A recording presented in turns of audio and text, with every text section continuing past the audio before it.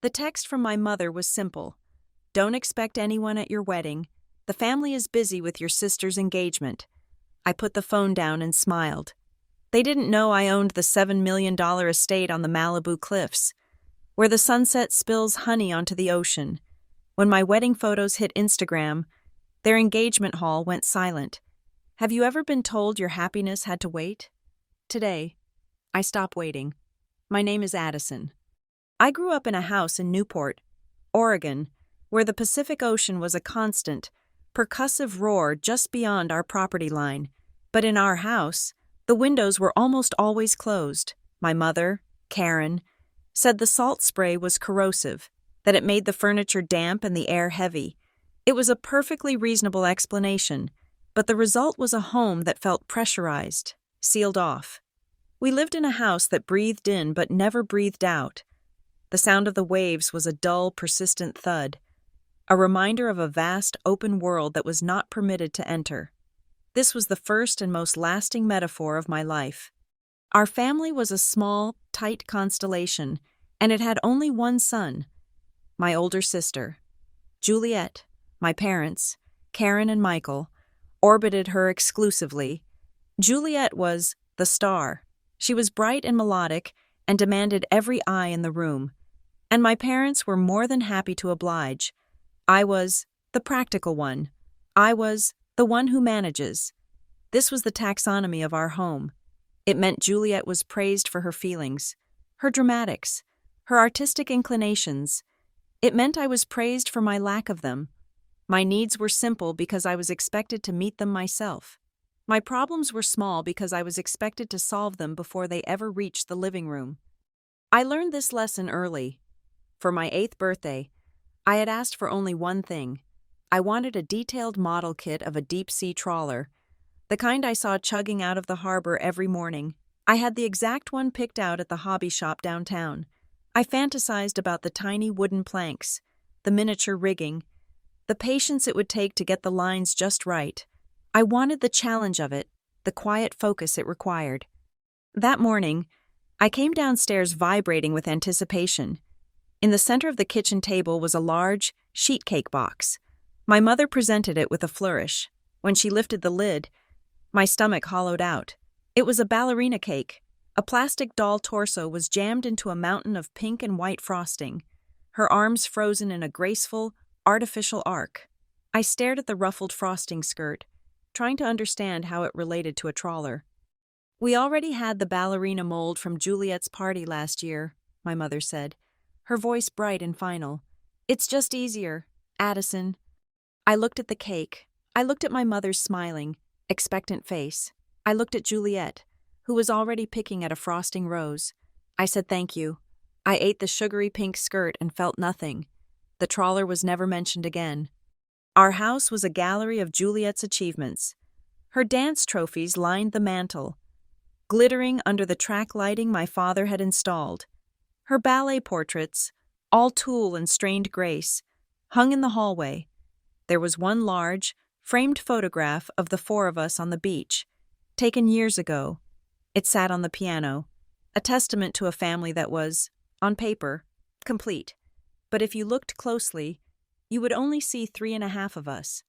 I was on the far left edge of the frame, or I had been, at some point. The photo had been taken out and the matting adjusted. The new frame cropped the image directly through my left shoulder and sliced off half of my face. All that remained of me was an ear, a sliver of my smile, and a disembodied arm resting on our old dog's back. The first time I noticed it, I felt a sharp, cold shock, as if I'd been erased. I brought it to my father, Michael, confused. He studied it for a moment, head tilted, as if assessing an engineering problem. "Ah, yes," he'd said, tapping the glass. "It makes for a much better composition this way. It centers Juliet and your mother. It's stronger." He put it back on the piano, satisfied. I stopped looking for myself in the shared spaces of the house. I found my own space in the garage. It was cold and smelled of damp concrete, pine resin, and the metallic tang of oil. This was my father's domain, but he was rarely in it, preferring his armchair and the television. For me, It was a sanctuary. I loved the weight of a hammer in my hand. I loved the logic of a circuit board, the uncompromising truth of a level line. I spent my afternoons taking apart broken appliances, toasters, radios, a discarded marine radio, and studying their guts. I wasn't always successful at putting them back together, but the act of disassembly was its own kind of education. It was out there, surrounded by jars of screws and lengths of coiled rope, that I built my first light. Newport is a working town, and the harbor is dotted with buoy lights, winking red and green against the gray fog. They were my favorite things to watch. They were constant. They had a job to do, and they did it, whether anyone was looking or not. I found an old cracked glass buoy at a marine surplus store. I saved my allowance for 3 weeks to buy the wiring, a low-voltage bulb, and a waterproof casing for the battery pack. I spent a month soldering, sealing, and testing. My father's tools fit my hands perfectly. The smell of the hot solder and the melting resin was the warmest, most welcoming scent I knew.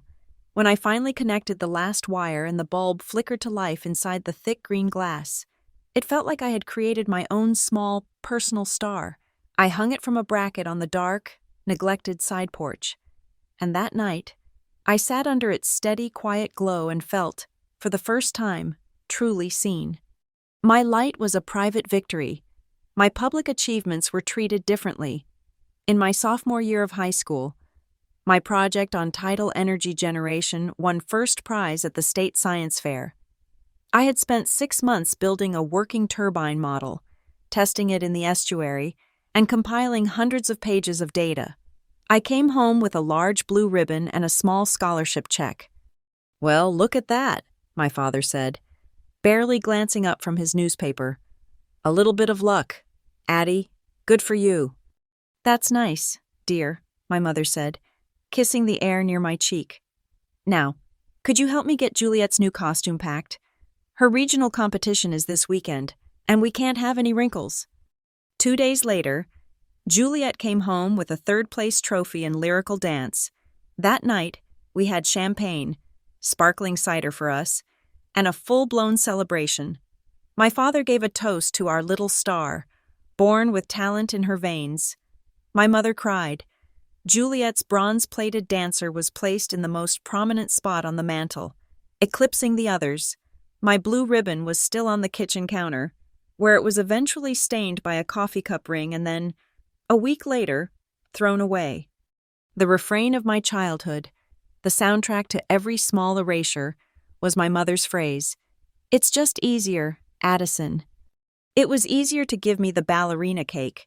It was easier to crop the photo than to get a new frame. It was easier to dismiss my science project as luck than to engage with its complexity. It was easier to focus all their energy, all their light, all their hope on the one child who demanded it than to divide it equally among two. "It's just easier" became the family's governing law. It was a complete sentence. It required no follow-up. It was an excuse, a justification, and a dismissal all in one. It meant, your needs are more complicated, your world is less accessible, your achievements are harder to understand. Juliet's world was simple. She performed. She was applauded. My world was quiet. I observed, I built, I tested, and it was, for them, simply too much trouble to make the journey into my world. So I stopped issuing invitations. I learned that silence was a strategy. It was a form of armor. I stopped talking about my projects. I stopped asking for things. I stopped pointing out the discrepancies. I learned to navigate my life by my own compass, by my own set of lights. I became, in their eyes, exactly what they had labeled me, the practical one, the one who manages. I was independent because they had required me to be. I was self-sufficient because I had no other choice. But in the quiet of the garage, or sitting on the porch under my green buoy light, I knew a different truth. I wasn't just managing, I was building, I was learning. I was creating a world for myself where the rules were fair, where effort resulted in a tangible outcome. That buoy light became a symbol. It was the light that answered when people did not. It was the steady, unwavering signal in the fog, a promise that even in the dark, there was something solid, something real, something to navigate by. I didn't need an audience. I just needed the light to work. And I would always make the light work. I didn't get a full scholarship just to leave Oregon. I got one to leave the ocean, or at least to study it from a safe, academic distance. I went to the University of Colorado Boulder, choosing structural engineering and environmental science. It was a deliberate choice, trading the damp, corrosive gray of the coast for the thin, dry air of the high desert. I was surrounded by mountains, by solid, uncompromising rock. It was the most stable ground I had ever known. The windows in my tiny dorm room were never closed. I needed the air, the sharp scent of pine and dry dust. My real education happened in the engineering workshop. It was a cavernous space that smelled of ozone, hot metal, and resin. It was a place of pure function, and it was there, late one Tuesday night, that I met Noah Mercer. He wasn't in my program. He was a graduate researcher in marine materials, a man obsessed with saltwater decay who had somehow found himself 1,000 miles from the nearest ocean. He was working on new composites, things that wouldn't rust or crack or fail. I was working on a tension model for a seawall, and I was failing. He came over, not speaking, and just watched my hands. He was quiet, but he had a way of seeing the entire problem at once. I found him later that week in the composites lab, long after midnight. He was sketching complex chemical formulas in white wax pencil on the bottom of a surfboard. It was the most practical, beautiful thing I had ever seen. He pointed to my blueprints without looking up from his board. "You're building for compression," he said, his voice quiet. "You're ignoring the torsion. The ocean doesn't just push. Addison, it twists. That's why everything breaks." He was the first person to ever see the flaws in my work and, instead of dismissing it, offer a way to make it stronger. We founded Tidebound Labs 6 months after graduation. Not with a business plan, but with a shared obsession. We were both children of the coast who knew it wasn't romantic. It was a violent, dynamic, failing system. The idea was simple, and everyone told us it was impossible. We would use a fleet of custom drones to deploy a network of proprietary, low-impact sensors into the most volatile coastal zones. These sensors would stream live data, erosion rates, water turbidity, soil saturation, structural integrity, back to a mapping software we would build from scratch. We weren't trying to sell postcards. We were trying to predict which cliff would collapse, which highway would flood, which house would be reclaimed by the sea. We moved our lives into a rented warehouse in an industrial park just outside Santa Cruz. The next 3 years were not a struggle. A struggle implies a chance of winning. This was a siege. We lived on coffee, bulk ramen, and the stubborn belief that the math was correct. We slept on 2 second-hand cots in a corner of the office, taking turns monitoring the data feeds, waking up to the smell of burnt circuits and desperation. Failure became our daily bread.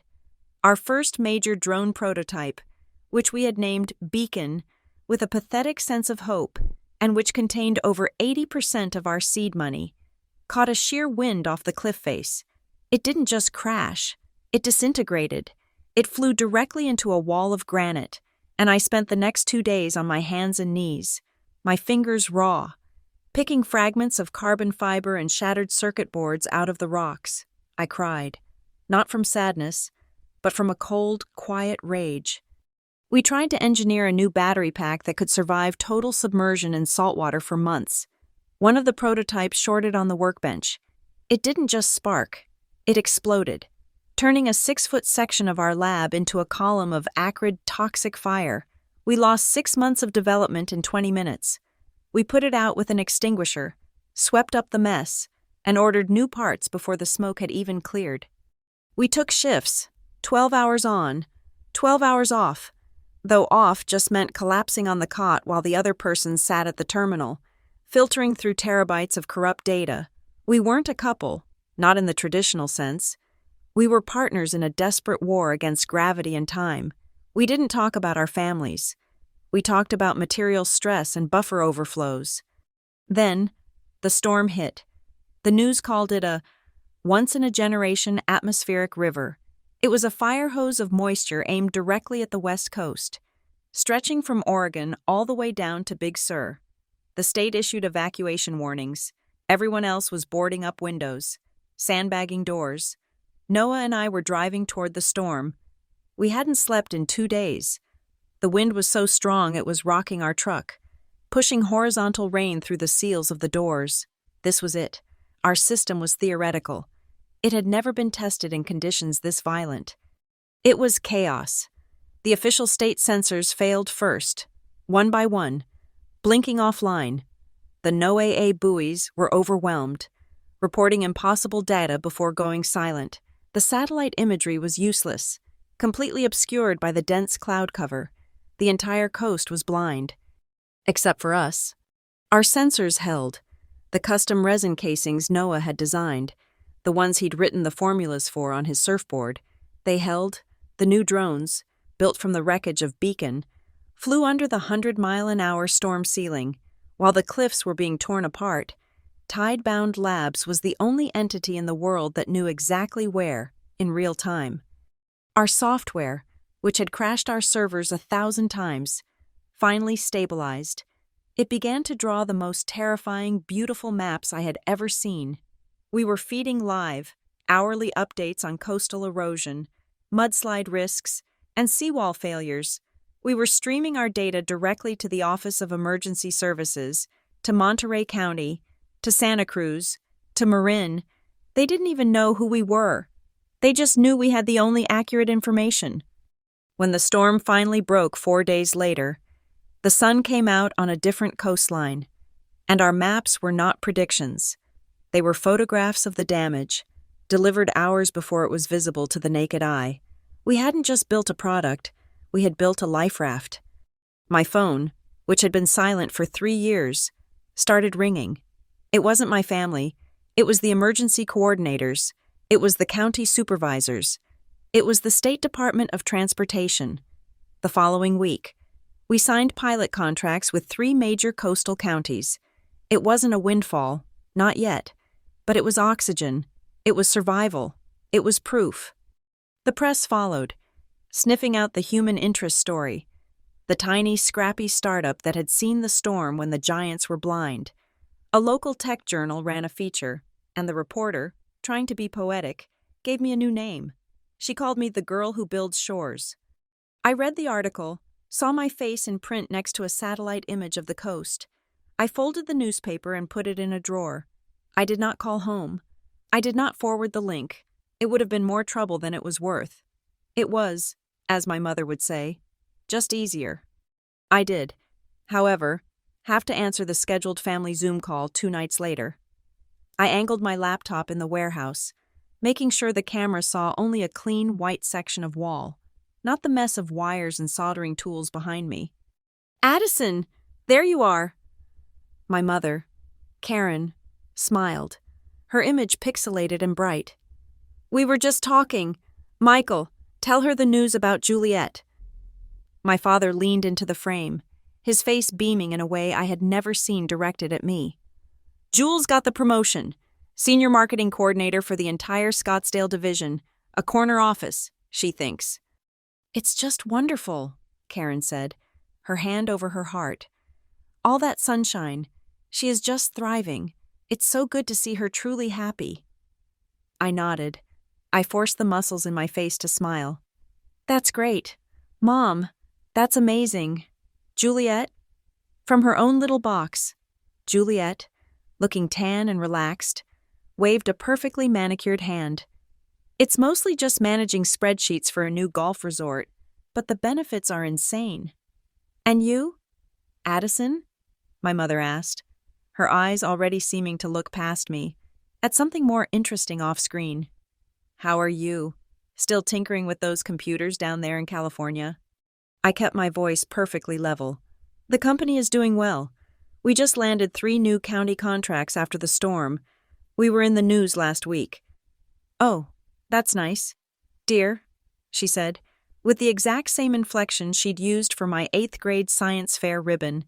A polite, efficient pat on the head. That's just wonderful. Oh, Michael, the dog needs to go out. Juliet, honey, tell us again about the new spa your boss said they're building. I sat there for another 20 minutes. I listened to them discuss the drought in Arizona, my father's golf handicap, and the landscaping at Juliet's new apartment complex. No one asked me another question. I was the practical one. I was managing. I muted my microphone and video, and they didn't notice for 10 minutes. I closed the laptop. The warehouse was dark, save for the green glow of the server rack. Noah walked in, holding 2 mugs of steaming black coffee. He hadn't heard the call, but he saw my face. He wordlessly handed me a mug. It was hot, and I wrapped my cold hands around it.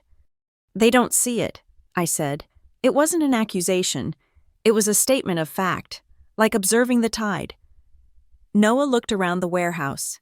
He looked at the burn mark on the floor, at the complex schematics taped to the wall, at the new drone chassis we were building on the assembly table.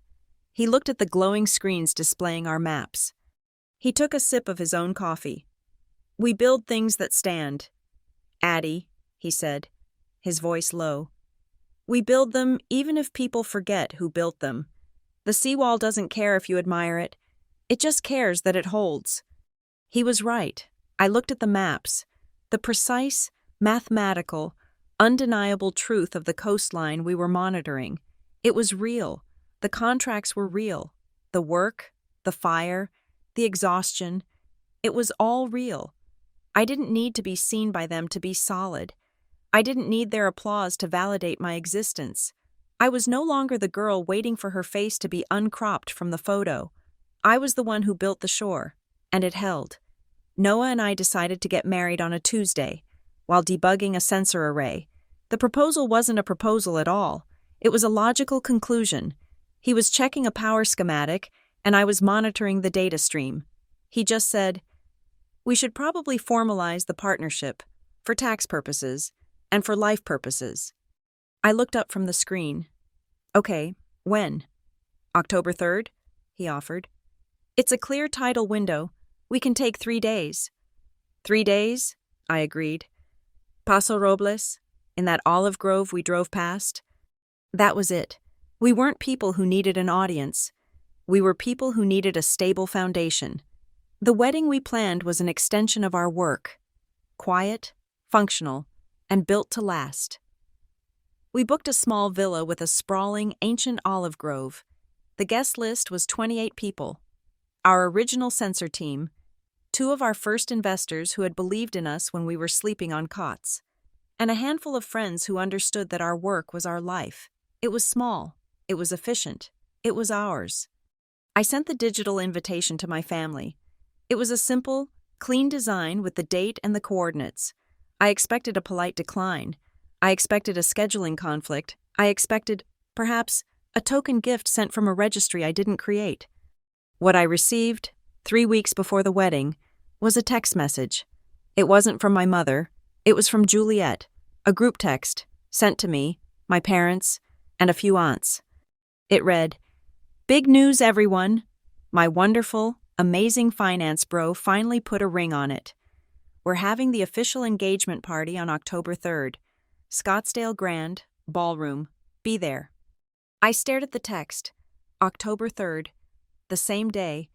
I felt a slow, cold hydraulic pressure building behind my eyes. It had to be a coincidence. A cruel, careless, astronomical coincidence. My phone rang almost immediately. It was my mother, Karen. Her voice was frantic, but not with apology. It was the high-pitched, efficient sound of logistical management.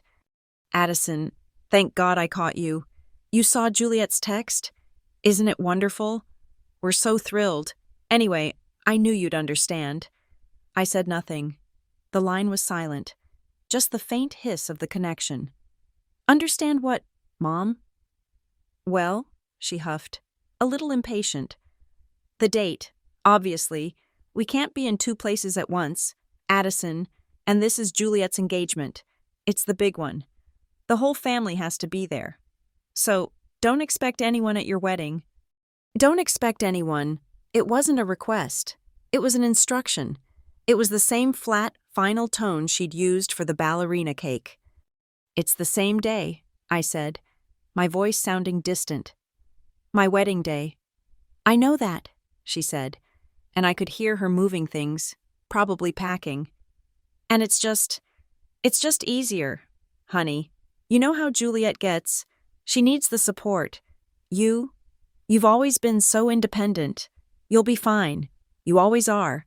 You can just move your little ceremony. It's no big deal, right?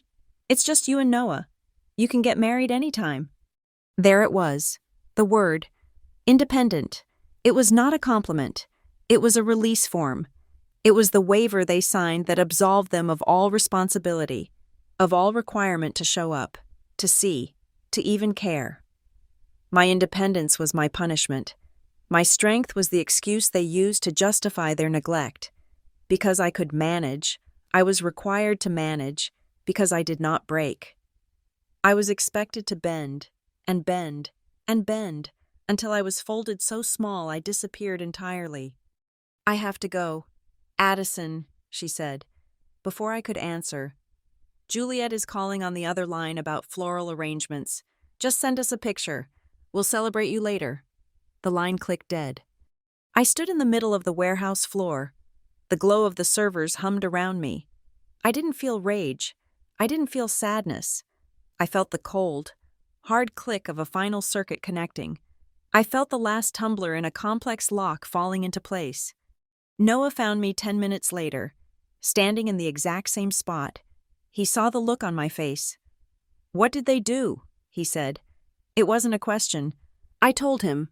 The text, the call, the date, the word independent. He looked at the floor, processing the data. He was a practical man. He sought the most efficient solution. "We'll change the date," he said finally. "We'll do it the next weekend, October 10th. I'll call the villa. It's fine. Addie, it's just us. It doesn't matter when." "No," the word came out of me, sharp and cold and absolute. It surprised me as much as it surprised him. He looked at me, confused. "No? No," I said again, and this time my voice was solid. "I am not moving my wedding. I am not changing my date. I am not postponing my life to make their party easier. This is not a little ceremony. This is my wedding, and we are having it on October 3rd. A new, unfamiliar anger was rising in me. It wasn't hot. It was a cold, efficient, structural burn. It was fuel. "They made a choice," I said. "They chose, and I'm done. I'm done waiting. I'm done being the practical one who just understands. I'm done being the one who gets cropped out of the picture for a better composition." Noah didn't argue. He just watched me. He saw the math had changed. He saw the structure had been redesigned. He just nodded. Once. "Okay, so what do we do?" "We change the venue," I said. That night, I didn't sleep. I sat at my terminal, the one where I had analyzed the storm data, the one where I had built our company. I didn't look at maps of the coast. I opened a private, encrypted folder on my drive. It was labeled Dream House. I had been saving the file for years, a fantasy, a someday project. It was a real estate listing that had gone stale, then been pulled, then relisted privately. It was a file I opened when I needed to remember what I was building for. It was the Malibu Cliff House. It wasn't a sprawling, generic mansion. It was an engineering marvel. It was a defiant structure of glass, steel, and reclaimed redwood, built onto a sheer rock face overlooking a private, inaccessible cove. It was brutal and beautiful. It had a long, winding wooden pathway, almost a bridge, that led down to a tiny crescent of perfect, empty sand. And it had a tower. On the very point of the cliff, built into the architecture of the house itself, was an old, defunct lighthouse tower, a private lighthouse. Its light was off. The listing mentioned it was non-operational, that the lens and mechanism were gone, It was just a beautiful, empty glass room looking out at the endless, dark water. I looked at the price. $7 million. It was an obscene, impossible number. But as I looked at it, I ran another set of numbers in my head. The county contracts, the new federal grant, the value of our sensor patents. We weren't the kids on the cots anymore. We had built something real. We had capital. I looked at the picture of the dark tower, and I thought of the green buoy light I had built in my father's garage. I picked up my phone and dialed the number for the private agent listed on the file. It was 2 a.m. He answered on the 4th ring, his voice gravelly. "We're flying down at 8 a.m., I said, not bothering to introduce myself. "I want to see the Cliff House." We were there by 10. The fog was thick, burning off in slow, dramatic wisps. The agent, a man in a too shiny suit, was visibly annoyed. But he unlocked the gate. The house was even better than the pictures. It wasn't a home. It was a fortress. It was built to withstand a storm. An older gentleman met us at the door. He wasn't the agent. He wore a simple, pressed work shirt and carried an oil rag. "This is Mr. Avery," the agent said dismissively. "He's the caretaker. Came with the property." Mr. Avery didn't look at the agent. He looked at me. Then he looked at Noah. He looked at our hands, calloused and practical. "You're not the usual types," Mr. Avery said. His voice was like old wood, dry and strong. "We're engineers," Noah said. "We build things," I added. Mr. Avery nodded slowly. He stepped aside. "The agent will try to sell you the view. He'll talk about the square footage and the infinity pool. He won't show you the foundation."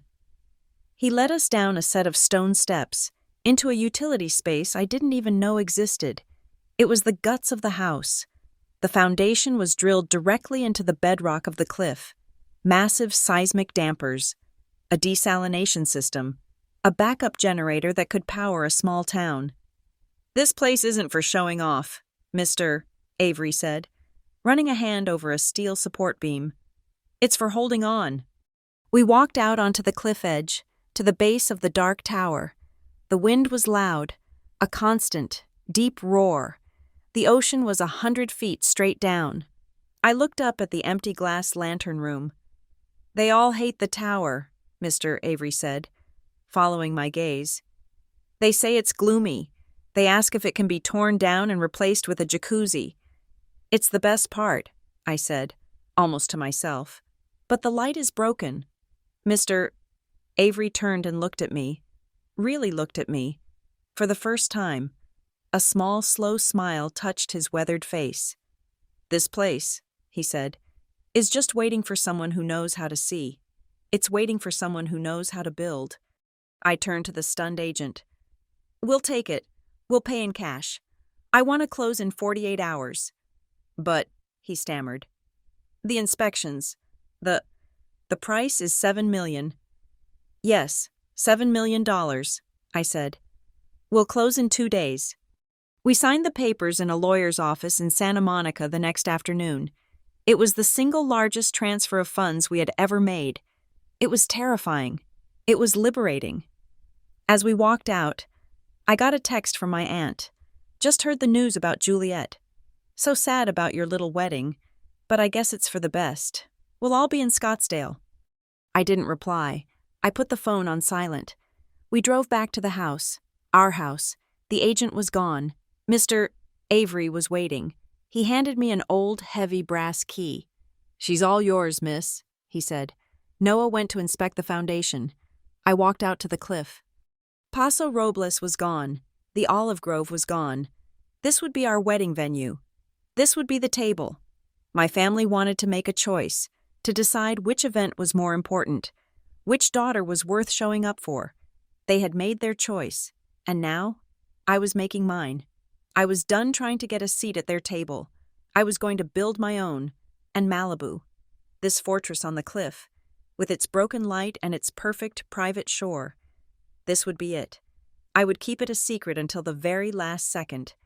It was a celebration they weren't invited to. It was a table set only for the people who had already proven they would show up. We had less than 3 weeks. The Paso Robles reservations were canceled with a single, liberating email. The deposit was lost. I considered it the first toll paid on my new road. We didn't move into the Malibu house. We descended upon it like a rapid deployment engineering team. Our warehouse was temporarily shut down. Our core team given a mandatory vacation, which most of them immediately saw through. Our lives were packed into 2 trucks and driven down the coast. The house was magnificent, but it was not a home. It was a statement. It was cold glass and perfect concrete, waiting for a purpose. Our purpose was October 3rd. The first project, the only one that truly mattered to me, was the tower. On our first morning, Mr. Avery met us at its base with a heavy ring of keys and a grim expression. "She's been dark for 20 years, he warned. "The salt air is undefeated. The mechanism is gone. The lens is cracked." "But the structure is sound," Noah said, already tapping the steel supports, his ear pressed against the metal, listening to the resonance. "The structure is sound," Avery agreed. Noah and I climbed the narrow, winding stairs. The air inside was thick with the smell of rust, salt, and dead birds. The lantern room at the top was a grave of glass and oxidized copper. The original Fresnel lens, a magnificent, intricate beehive of glass, had been shattered by vandals or storms years ago. A thick, spider-webbed crack ran through the main prism. The great brass turntable was frozen solid with verdigris. I looked at Noah. He looked at me. This was not a decoration. This was a complex, multivariate engineering problem. It was the most romantic thing I had ever seen. "We can't fix the lens in 3 weeks," I said, running my fingers over the cold, sharp edge of the broken glass. "That's a specialty casting. It could take a year." "We don't need the lens to make a light," Noah said. He was already examining the electrical conduit, the massive, rotted wires that led down into the guts of the house. "We just need a bulb and a stable, weatherproof housing." So the labor began. We spent the first 2 days in harnesses, dangling from the exterior of the lantern room, removing the cracked panes of glass. Mr. Avery knew a local woodworker, a man named Jonas, who lived in the canyons and worked only with reclaimed coastal timber. He arrived in a truck that looked as old as the trees he worked with. He was a quiet man with hands like cured leather. He looked at the empty frames of the lantern room, tasted the air, and nodded. "Cypress," he said. "Salt bleached. Needs to be wood that's already lost its fight. Then it will hold. I'll have the frames by next week." While Jonas worked, Noah and I became electricians. We tore out the old wiring. We pulled thousands of feet of new marine-grade conduit. We spent an entire afternoon in the utility room, deciphering the house's original schematics, finding where the tower's power had been decommissioned. This was our language. We didn't need to talk. He would see me measuring a gap and return with a perfectly cut length of wire. I would see him struggling with a rusted bolt, and I would be there with the solvent and the torque wrench. We didn't just fix the tower.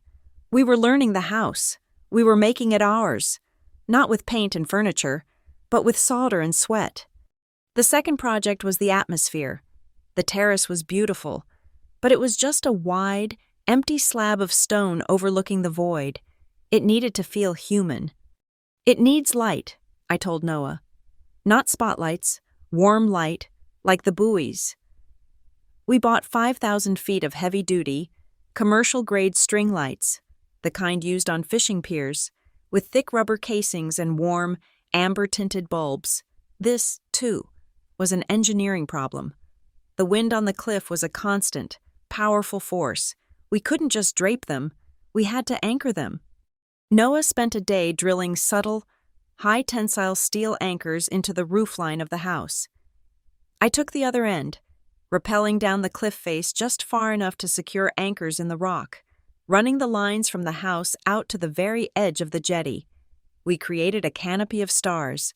When we threw the switch for the first time that night, the cold stone terrace was transformed.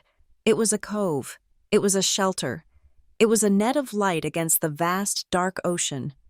The third project was the table. We had no furniture, and I refused to rent a single thing. I didn't want anything temporary at my wedding. It has to be one table, Noah said. One long, narrow line, like a bridge, connecting everyone. Mr. Avery, hearing this, smiled.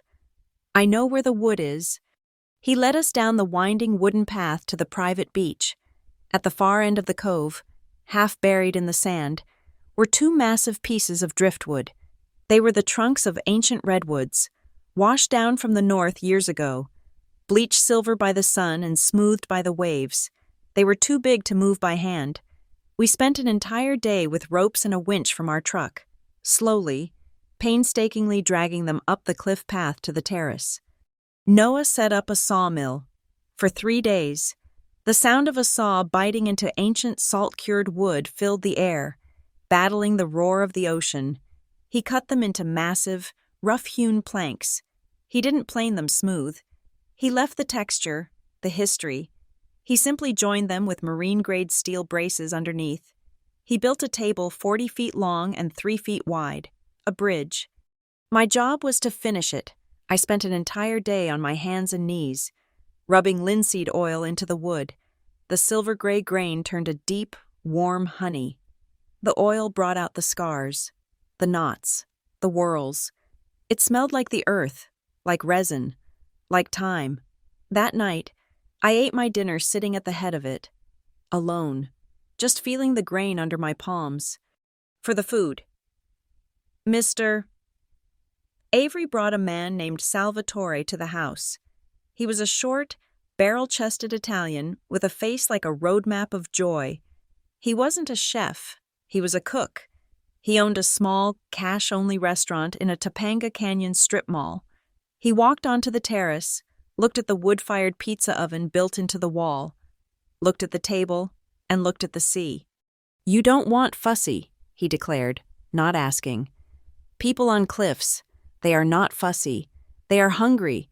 They want warm. They want real." "Yes," I said. "No foam, no tiny pictures painted with sauce. I cook with fire. I cook with salt." He pointed at the ocean. "I'll make you halibut roasted on orange wood. I'll make bread with olive oil from my cousin's farm. I'll make a tiramisu. But with sea salt and lemon, it will be warm. It will not be flashy." He was hired. The details became our new obsession. The chairs were a problem. I refused to have a set of identical white-draped rental chairs. "It's a bridge," I said to Noah. "You don't put identical chairs on a bridge." So we went hunting. For 2 days, we drove the coast. We went to secondhand stores, antique shops, and garage sales. We bought wooden chairs, mismatched, forgotten, unloved. We bought old kitchen chairs, carved dining chairs, simple spindleback chairs. We brought them all back, 28 of them, and just like the table, we spent an afternoon with rags and linseed oil, rubbing down every single one. They were a family of strangers. They were all different, but they were all given the same care, and they all shined with the same warm, deep light.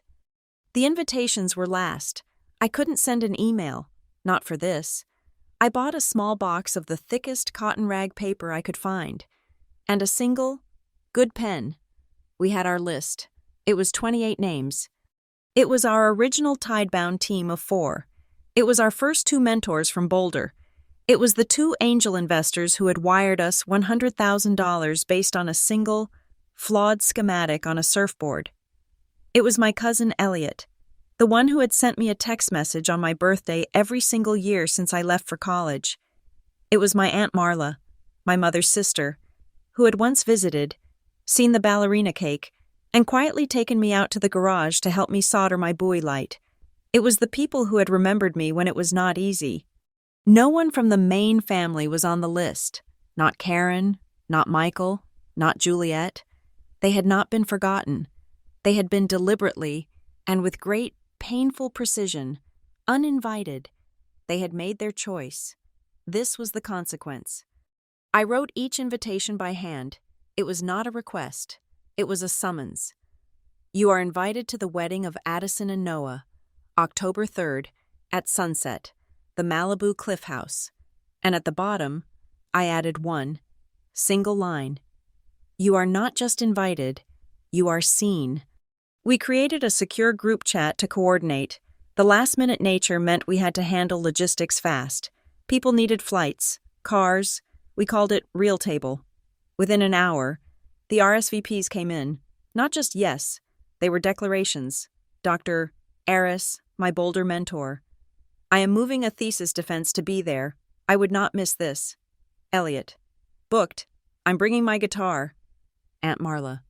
My God, Addison, I will be there if I have to swim. The chat filled with icons of waves, of light bulbs, of bridges. The last thing was the gift for the guests. I didn't want to give them some useless, monogrammed trinket. I wanted to give them something real. Salt, I said to Noah. We went down to our private beach, at low tide. There were deep, clean tide pools in the rocks. We harvested the water, gallon by gallon. We poured it into wide, shallow baking pans and left them on the hot stone of the terrace. For 3 days, we watched the water evaporate under the hot California sun, leaving behind a crust of bright, white, perfect sea salt. We found a local glassblower in Santa Monica who sold us 28 small, imperfect, hand-blown glass jars with cork stoppers. I filled each one with our salt. I wrote the labels by hand. They didn't say Addison and Noah. They didn't say October 3rd. They just said, thank you for showing up. October 3rd arrived, not with the gentle haze of an autumn day, but with the sharp, crystalline clarity of the California coast after a strong offshore wind. The sky was an impossibly deep blue. The wind was relentless, a living character in our play. It came from the land, rushing out to the sea, and it made the string lights we had anchored so carefully vibrate with a low, constant hum. They looked like a constellation of stars, shivering with energy. Our table, all 40 feet of it, was set. The 28 mismatched chairs, oiled and gleaming, were angled toward the ocean. Salvatore was already at his station, the wood-fired oven radiating a dry, smoky heat that smelled of orange wood and yeast. The stage was set. My phone, which I had left on a countertop inside, was buzzing. It was divided in two. One half of its life was the real table chat, which was exploding with joyful, chaotic energy. The other half was the family chat, which I had muted, but not left. I opened Real Table first. It was a flood. Elliot, my cousin, had posted a photo from the tarmac at LAX. His grin was wide, his guitar case slung over his shoulder. The caption, landed, going to the real wedding. Aunt Marla posted a selfie from the Pacific Coast Highway. The ocean a streak of blue behind her. Traffic is terrible, and I've never been happier. See you in 20. Our tidebound team, all 4 of them, were carpooling. Their post was a blurry shot of the dashboard, the GPS showing the winding route to the coast. The engineers are inbound. Do not start the data stream without us. It was a chorus of people moving, of people prioritizing, of people showing up. Then, with a clinical, bald detachment, I tapped the muted icon for the family chat. It was a different world. Juliet had posted a photo 30 minutes ago. It was a selfie of her and her fiancé, a man with a generically handsome face and a perfect, stiff tuxedo. They were smiling. But the smiles were tight. Behind them, the Scottsdale Grand Ballroom stretched into infinity. It was a universe of beige carpet and glass walls, reflecting a harsh, white desert sun. Dozens of round tables were draped in ivory linen, each bearing a towering, top-heavy arrangement of lilies and roses that looked like they would wilt any second. The room was almost completely empty. I could see a few of Juliet's Scottsdale friends clustered near the bar. I could see the 5-piece band, in matching teal jackets, listlessly tuning their instruments on a small parquet dance floor. I could see the MC, a man in a silver suit, standing by his podium, looking at his watch. The caption on Juliet's photo was frantic with exclamation points. Here we go. Can't wait to see everyone. A few polite hearts trickled in. I looked up from my phone. In Malibu, the wind was loud. It smelled of salt and dry scrub. Mr. Avery, wearing a dark, simple suit I had never seen, was polishing the last of the hand-blown salt jars, lining them up on a tray. "They're starting to arrive, miss," he said, his voice quiet. I went back to the family chat. A new message from my mother. Karen. Her text was a digital performance of casual ease. "Just heard from your uncle. They're running a bit late. Traffic is just awful. I'm sure. Don't worry, honey. The bar is open and the shrimp tower looks divine." I looked at the photo again. I could see the shrimp tower. It was massive, glistening, and completely untouched. Another 10 minutes passed in the real world, in Malibu. Elliot arrived. He didn't just hug me. He lifted me off the ground. Guitar case still strapped to his back. "This place is insane. Addie, you built a fortress." Dr. Aris, my mentor from Boulder, arrived with his wife. He just shook his head, looking at the house, the cliff, the sea. "This," he said, "is a rather significant upgrade from the workshop." I checked the family chat again. It was completely silent. No new messages, no photos of arriving guests. Then, a single text from my mother. "They'll be here. They're just late." The desperation was a palpable, metallic taste. I could see her, standing by the door, her smile fixed and aching, her hands smoothing a non-existent wrinkle in her dress. She was managing an empty room. In Malibu, Aunt Marla pulled up. She got out of her rented convertible, walked straight past everyone, and put both her hands on my face. She just looked at me, her eyes tracing my features as if seeing me for the first time. "Oh, Addison," she whispered, and her voice broke. "You did it right." She pulled me into a hug that smelled of perfume and the sea air from her drive. She turned and took a picture, not of the house, but of the tiny but resilient wildflowers growing in a crack on the cliff face. She posted it to her Instagram, and I saw it flash in the real table feed. Her caption, "Beautiful because it grows where it's supposed to." The real table chat was a party. People were posting selfies with Salvatore. They were marveling at the 40-foot table. They were sending emojis of shells, light bulbs, and waves. The silence in the family chat finally broke. It was Juliet. Her text was no longer bright. "Mom, where is Nana Eileen? She's not answering her phone at the house." A pause. My mother. "What? I thought your father was picking her up. Michael, did you pick her up?" My father. "I called her this morning to confirm. She said she had a ride. She said not to worry about her. I assumed she was going with Marla." Aunt Marla, who was, at that very moment, standing 20 feet away from me, laughing as Elliot played a soft, intricate melody on his guitar. Juliet. "Marla's not here. No one is here. Where is she? Where is Grandma?" The chat flatlined. The question hung in the digital space, an accusation that echoed in the empty glass-walled ballroom. Where was the matriarch? I was staring at that last message, at the 3 pulsing dots as Juliet typed and deleted, when I heard the sound of a vehicle on the gravel drive. It wasn't a sleek rental car. It was the unmistakable, rattling sound of an old taxi. Mr. Avery, looking puzzled, walked over to it. The driver got out and opened the back door. First, a gnarled, dark wood cane emerged. Then, a sensible, black orthopedic shoe. Then, my grandmother, Eileen Mercer, unfolded herself from the back seat. She was 92 years old. She was a force of nature, a woman of the Oregon coast who believed in hard work, strong tides, and speaking your mind. She was my father's mother, and she was supposed to be in Scottsdale. She must have taken the train for 2 days. She paid the driver in cash, adding a tip that made his eyes widen. She turned, ignoring Mr. Avery's offered arm. She walked, slowly, her cane thumping on the stone, onto the terrace. She took in the scene. She saw the string lights vibrating in the wind. She saw the single, massive table, set for a feast. She saw the mismatched oiled chairs.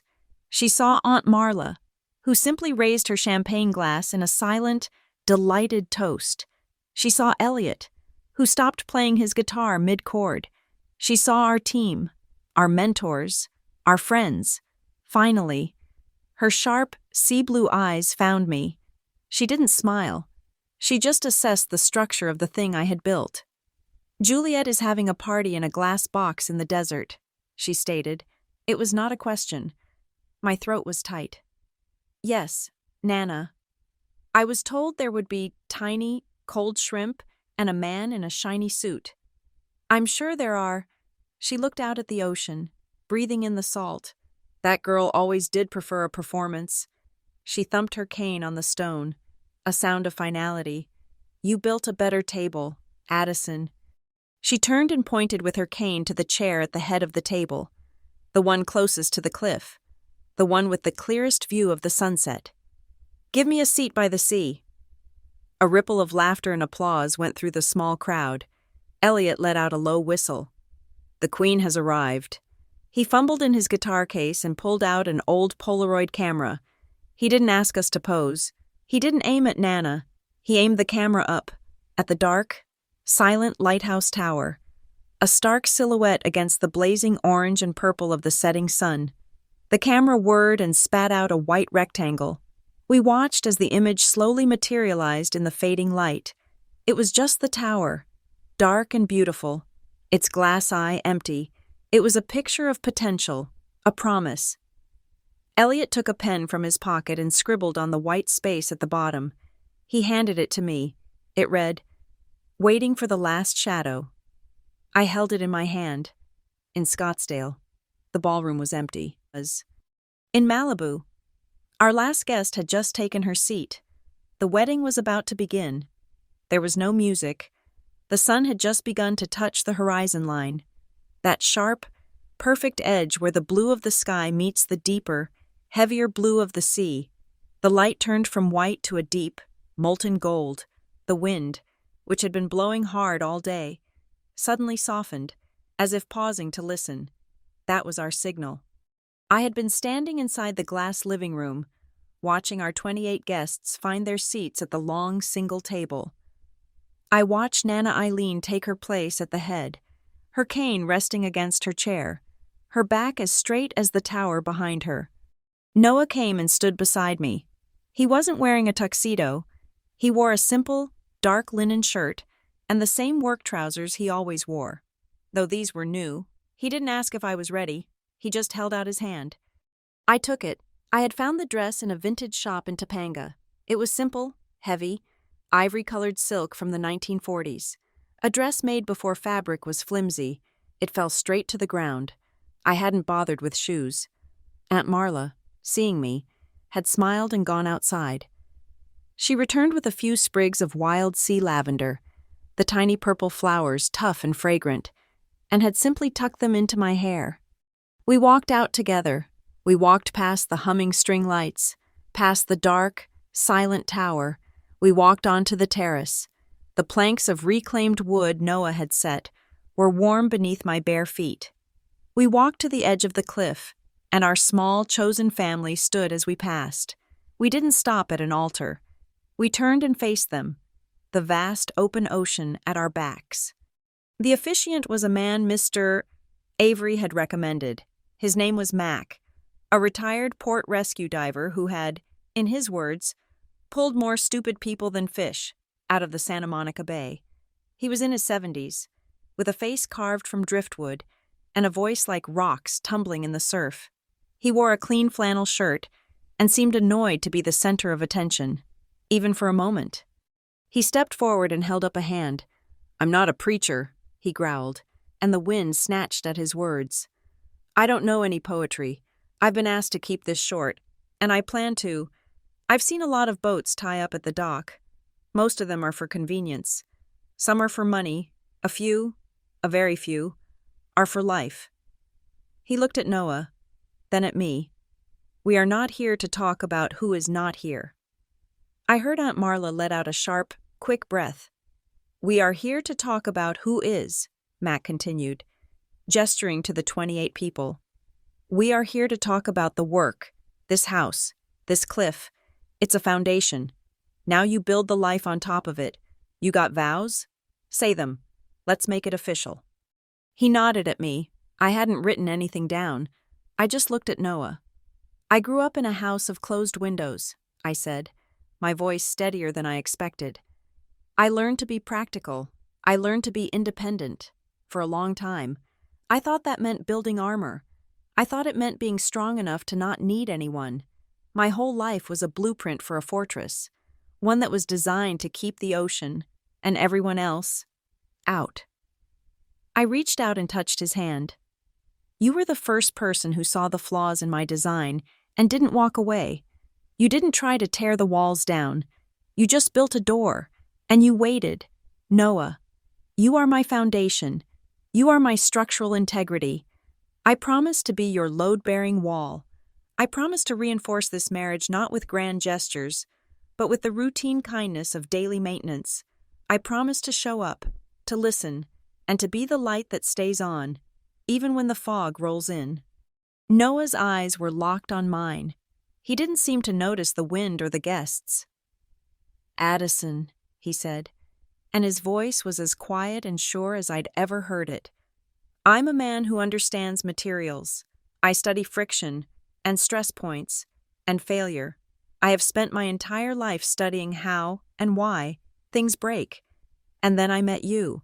You are the strongest material I have ever encountered. You don't bend. You don't compromise. You just are." He smiled. A small, quick smile that was just for me. "You are my true north. You are my fixed point. So I promise this. When the wind changes, and it will always change, I promise to trim the sails with you. I will never ask you to change the destination." There was a long, perfect silence. The only sound was the deep, rhythmic crash of the waves on the rocks far below. It was the sound of the planet breathing. Mac, the officiant, cleared his throat. "Well, that's that. By the power vested in me by the state of California, which seems to let just about anyone do this, I pronounce you married. Noah, kiss your wife." He did. It was not a dramatic, movie-set kiss. It was a kiss of partnership. It was firm and warm, and it tasted of salt. Our friends and family rose to their feet, and the sound of their applause was loud and real. We turned, his arm around my waist, my head on his shoulder, and we faced our family. In that moment, I looked past them, up at the lighthouse. It stood tall, a dark silhouette against the last, fiery strip of sunset. Our string lights glowed golden beneath it. It was so beautiful, and it was still dark. The kiss was perfect. The vows were real. But the tower, our beacon, was still broken. It was a perfect, beautiful, incomplete moment. And then, from the house, a loud brass bell rang. Clang, clang, clang. Salvatore, the chef, emerged from his outdoor kitchen, waving a wooden spoon. He had a white apron over a black t-shirt, and his face was bright red from the wood fire. "Basta!" he bellowed, his voice carrying over the wind. "Enough! Time to eat! Mangia!" The sacred silence was broken. Laughter erupted. Elliot let out a whoop. Nana Eileen thumped her cane on the ground, yelling, "Bring that fish! Salvatore!" The smell of the halibut, smoky and bright with orange wood, rolled over the terrace. The tension of the ceremony snapped, replaced by the warm, sudden joy of a feast. People rushed to hug us, to kiss us, and then, drawn by the incredible smell, they found their seats. The party began. As the last light of the sun vanished, our canopy of lights took over, casting a warm golden glow over the long table. This was not a reception. It was a dinner party. Elliot took out his guitar and began to play. Nothing famous, just a soft, intricate melody that wove through the sound of the waves. Phones, which had been silent, came out, but not to check email. They came out to capture the moment. Aunt Marla took a picture of Nana Eileen, raising a glass of champagne, her ancient face lit by the golden light. Our tidebound team took a blurry selfie with Noah, all of them grinning, the dark tower rising behind them. Elliot's friend snapped a photo of the two of us, Not kissing, but laughing. My head thrown back, as Salvatore described the olive oil. The Real Table hashtag, which had been our private channel, went public. The photos flooded Instagram, one after another. In Scottsdale, in the cold, glass-walled ballroom, the light was fluorescent and unforgiving. Juliet was standing by the untouched shrimp tower, her face a mask of strained brightness. Her new fiancé was in a tense conversation with the bandleader. The 20 or so guests who had finally trickled in were clustered in small, awkward groups. The MC was tapping his microphone, testing it for the 5th time, the thump-thump echoing in the cavernous, empty spaces. Then, a phone buzzed. One of Juliet's friends, a woman in a tight satin dress, pulled it from her purse. She looked at her screen, her brow furrowed. What? Then another phone buzzed, and another. A man in Juliet's fiancé's group looked at his own phone. Hey, do you know an Addison Mercer? Juliet's head snapped up. The woman in the satin dress turned her screen toward Juliet. Jules, who is this? On the screen was Aunt Marla's post, a picture of Nana Eileen, her face radiant, raising a glass. The caption read, "At the real family table, congratulations, Addison and Noah. You built something that will last." Before Juliet could even process it, the woman swiped. There was Elliot's post, a photo of the single, 40-foot table laden with food, surrounded by 28 laughing people, all of it bathed in a canopy of golden lights, the dark ocean and a massive cliff house just visible behind them. And then, the last photo, a close-up of me and Noah, his arms around me, my face turned up to his. Laughing, the caption, "The girl who builds shores, and the shore she built, real table." In the silent, beige ballroom, every guest's phone was suddenly buzzing, lighting up, one by one. The warm, golden light of a party on a distant, impossible-looking Malibu cliff was flooding the room. We ate. We ate with our hands. We passed heavy platters of the halibut, which was so tender it fell apart with a touch. The smoke of the orange wood infused into its skin. We passed loaves of Salvatore's bread, tearing off chunks and dragging them through bowls of green gold olive oil. There was no polite service. There was no assigned seating, beyond Nana Eileen taking the head. We just sat at the single, long, honey-colored table Noah had built, a bridge of 28 people, and we were loud. Elliot, my cousin, sat near the middle, his guitar resting on his knee. He wasn't performing. He was just playing. The music was a soft, intricate mesh of acoustic notes that wove between the clink of glasses and the sound of the ocean. It was a soundtrack, not a spotlight. The laughter was the same. It was the easy, genuine sound of a kitchen, not the forced, echoing laughter of a ballroom. It was the sound of people who were not performing, but were simply present. Dr. Aris, my mentor, was in a deep, passionate discussion with one of our tide-bound engineers about the stress tolerances of the terrace's cantilever.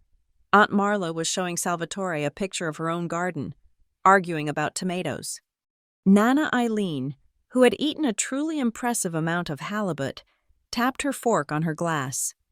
"Salvatore," she yelled, her voice cutting through the happy noise. He hurried over, wiping his hands on his apron. "Yes, madam." "This tiramisu," she said, pointing to the dish, "is good, but it is not a proper toast." She then spotted the large, empty scallop shell that had been part of the table's simple, foraged centerpiece. She picked it up. "A woman of the coast deserves a coastal glass." She held the iridescent shell out to him. "Fill it." Laughing, Salvatore took the shell, returned to the kitchen, and filled it with a small scoop of the lemon-salt tiramisu. Sticking a tiny spoon in it, Nana Eileen raised the shell high. The golden light from the string lights caught the shimmer. "A toast," she announced, "to the girl who stopped waiting for a seat and built her own table, to the man who helped her build it, to a foundation that will not wash away, to Addison and Noah." Elliot, seeing the moment, had his Polaroid camera ready. The flash popped, A new photo. This one of an old woman raising a seashell full of dessert. Her face a map of pure, unadulterated joy. He posted it to Instagram instantly. The caption, Nana Eileen, 92 years old, toasting with a seashell, the queen of the real table. That was the image that broke the dam. In Scottsdale, the MC had just tapped the microphone. Well, folks, it looks like we're ready to get started. If I could have your attention. For the happy couple, Juliet and... He was interrupted by a phone, a single, sharp buzz in the cavernous, quiet room. Juliet's friend, the one in the satin dress, looked at her screen. Her eyes went wide. She audibly gasped. "Oh my God! Debbie, what is it?" asked the person next to her. Before she could answer, another phone buzzed, and another. A ripple of digital alerts spread through the 20 guests. Men in suits were looking at their screens. Women were holding phones out to each other, their hands over their mouths. The room, which had been silent with awkwardness, was now silent with a sudden, voracious rush of new information. They were all looking at the same thing. They were looking at Nana Eileen, laughing and raising a seashell on a cliff in Malibu. They were looking at Aunt Marla, raising a glass, with the caption, "At the real family table." They were looking at the blurry, happy selfies of the tidebound engineers, faces familiar from company press releases. They were looking at Dr. Aris, a respected academic. They were looking at a world. They were looking at the entire missing half of the family. Not just absent, they were somewhere better. Juliet's fiancé, the finance bro, saw the looks on their faces and mistook it for a different kind of disruption. "Hey," he said, his voice a little too loud. "Let's show some respect. We're about to do the..." "Juliet," the woman in the satin dress said, her voice trembling. She held up her phone. "Who are these people? Why is your grandmother at the beach?" Juliet, who had been fixing her smile, froze. She walked over and looked at the screen. Her face, which had been a carefully constructed performance of joy, simply emptied. She stared at the photo of Nana Eileen. She stared, and I know she recognized the hand-blown glass, the dark wood, the specific glow of the lights. She swiped. She saw the picture of the 40-foot table, packed with people. My cousin Elliot playing a guitar, the ocean black and silver behind them. She saw, for the first time, the scale of what had happened. This was not a little ceremony. This was an invasion. This was a coup. My mother, Karen, saw her daughter's face collapse. She rushed over. "What is it? Honey? What's wrong?" Juliet just held the phone out. Karen looked. Her reaction was different. It was not shock. It was a logistical problem. It was an image control crisis. Her lips thinned into a single, white line. She looked around the ballroom, at the vast beige emptiness. She saw the 24 guests, all of them now openly whispering, their phones out, passing the new, better story around. She saw the empty tables, the dozens of empty chairs, the flowers wilting for no one. She went into practical mode. This was her management style. She marched over to the hotel's event coordinator, a young woman with a clipboard. "Karen, what's wrong?" My father, Michael, asked, hurrying to catch up. "She's trying to ruin it," Karen hissed. Not looking at him, she grabbed the coordinator's arm. Her voice was a low, furious whisper. "I need you to move those tables, now." "Ma'am?" the coordinator asked, confused. "The empty tables. Get them out of here. Break them down. And the chairs, all the empty ones. Push the tables that are full closer together. Squeeze them, toward the center, to fill the space." She was trying to crop the photo. She was trying, in real time, to edit out the failure. The coordinator, flustered, said, "Ma'am, we're in the middle of the event." "Do it now," Karen snapped. "Make the room look full." My father just stood there, his hands in his pockets, staring at the untouched shrimp tower as if it held the answer. The MC, seeing his event disintegrate, made a desperate bid for control. "Okay, folks," he said. his voice straining into the microphone. "Let's get this party started. DJ, hit the music." The five-piece band, which had been paid for, was apparently not fast enough. A pre-programmed, generic dance track blasted through the speakers at a deafening volume. "Celebrate good times. Come on." It was so loud, so sudden, so horrifyingly inappropriate, that it made everyone flinch. "No!" Juliet's fiancé roared. "Not that! Turn it off! Turn it off!" The music stopped with the sharp scratch of a needle. In the ringing silence, Juliet finally spoke. Her voice was small, thin, and broken. She's in Malibu." "What?" her fiancé snapped. "My sister. They're at a house, a $7 million house in Malibu. That's her wedding." Back on the cliff, I had no idea this was happening. I was drinking wine that Salvatore had produced from a nameless jug. I was listening to Noah and Mr. Avery talk about replacing the gearbox for the old lighthouse lens. I was, for the first time in my life, not managing. I was not anxious. I was just happy. Aunt Marla came up to me and showed me her phone, a giddy, conspiratorial look in her eye. "Addie," she whispered. "Look, I saw the real table tag. I saw the comments.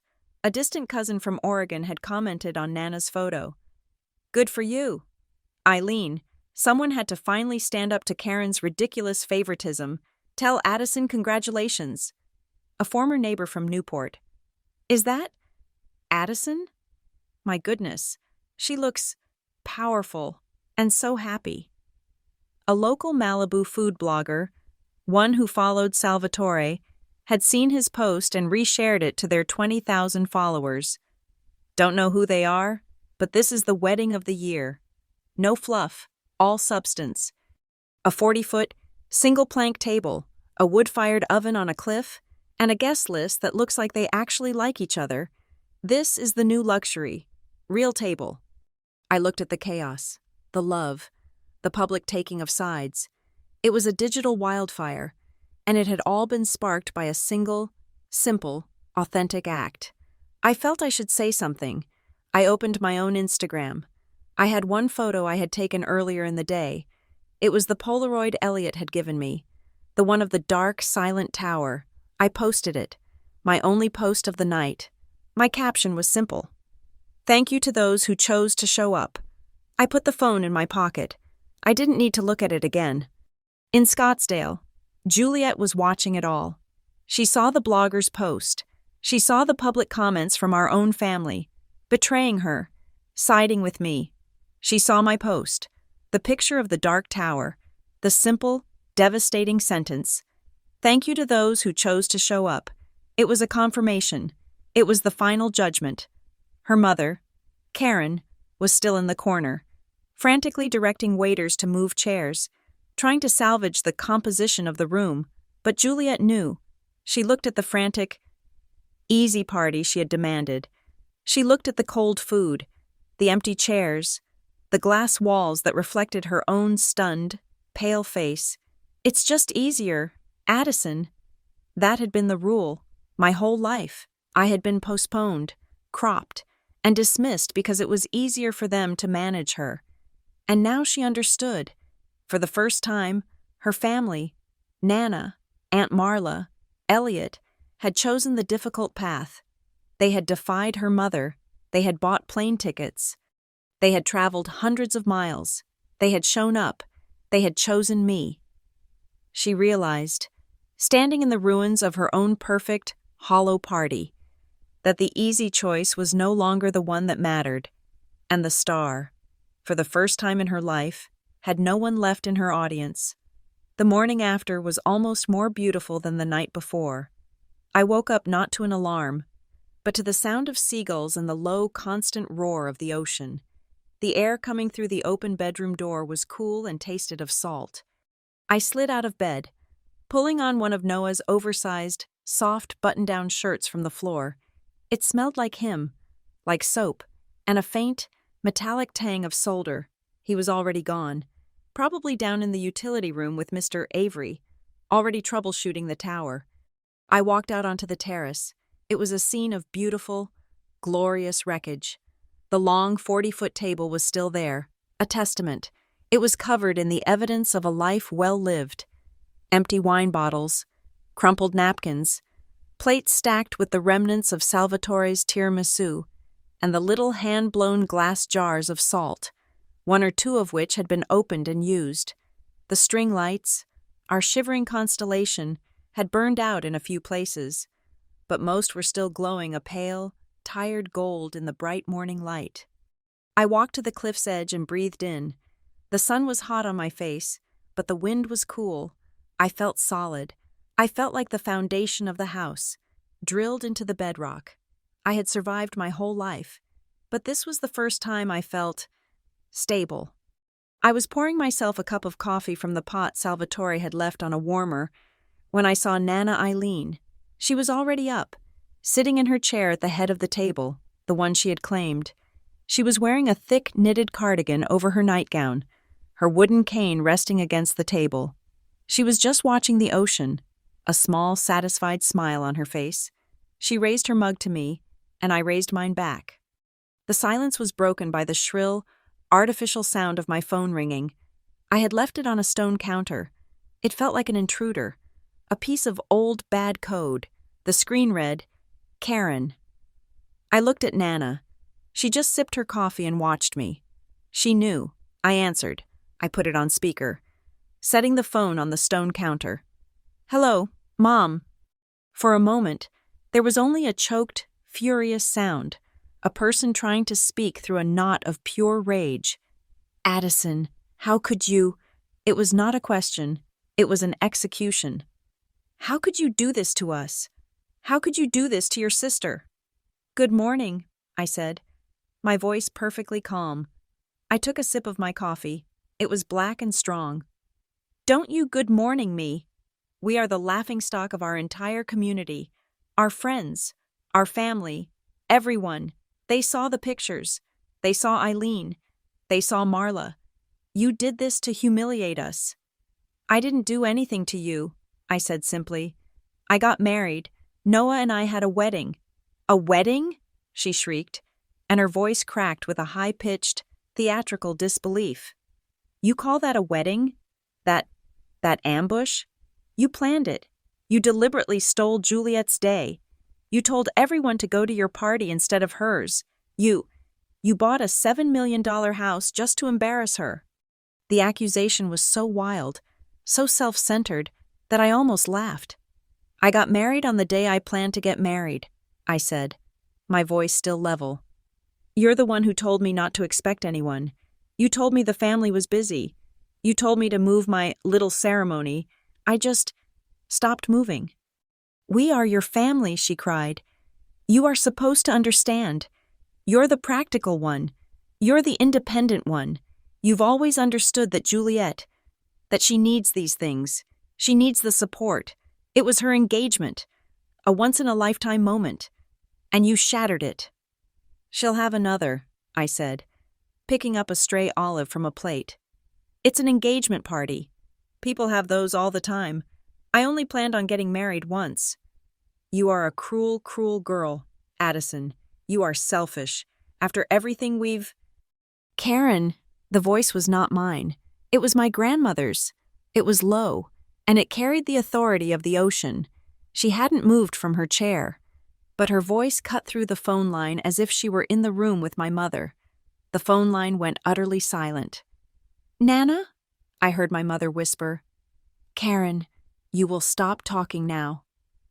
Nana Eileen said, as if speaking to a child, I have been listening to you manage this family for 30 years.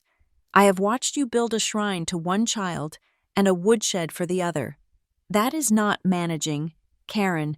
That is neglect, and it is lazy. This was the scalpel. My mother's entire identity was built on the premise that she was a martyr to the difficult, endless work of managing her family's needs. To be called lazy was to have her foundation ripped out. I don't, my mother stammered. Eileen, you don't understand. It's just easier. Yes, Nana said, her voice like ice. It is. It has always been easier for you to coddle the loud one and ignore the quiet one. It was easier to give Addison that ridiculous cake. It was easier to cut her out of the photograph. It was easier to give her wedding day away. Do not ever confuse what is easier for you with what is right. A long, ragged breath, a sob, then my father's voice, hesitant and thin. Eileen, she's upset. Addison, are you there? I'm here, Dad. He sighed, a long, weary sound that I had known my whole life. It was the sound of a man who just wanted the conflict to be over. Addie, honey, you have to see our side.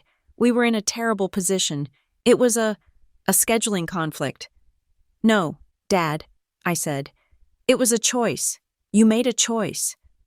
We assumed you could handle it. And there it was, the second blade of the scalpel. You're so strong, Addie. You always have been. You're the one who manages. I just assumed you were strong enough to take it, that you would understand, for the family. I closed my eyes. The sun was warm on my eyelids. I thought of the ballerina cake. I thought of the cropped photograph. I thought of the cold garage and the glow of my buoy light. I am strong, I said, and my voice was quiet, but the speaker picked it up perfectly. I'm strong because I had to. I'm strong because you left me in the garage with a box of tools and expected me to raise myself. I'm strong because every time I had an achievement, you called it luck, and every time she had a feeling, you called a family meeting. I'm strong because I was given no other option. You didn't see my strength, Dad. You used it. You used it as an excuse to not show up. Addison, he whispered. It was a plea. I'm strong because I had to be, I said again, the words feeling perfect and true in my mouth. And I'm done. I've stopped waiting. I've stopped waiting for you to see me, or to choose me, or to show up.